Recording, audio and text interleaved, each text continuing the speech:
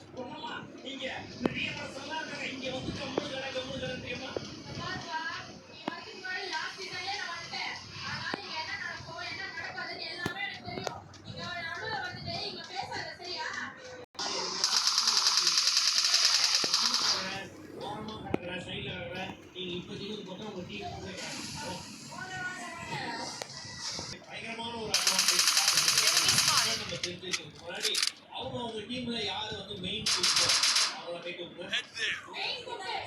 யார் நினைக்கிறீங்களோ மெயின் தூக்குனா கோமா இல்ல மெயின் தூக்கு மட்டும் வந்து மேல Move up at my location.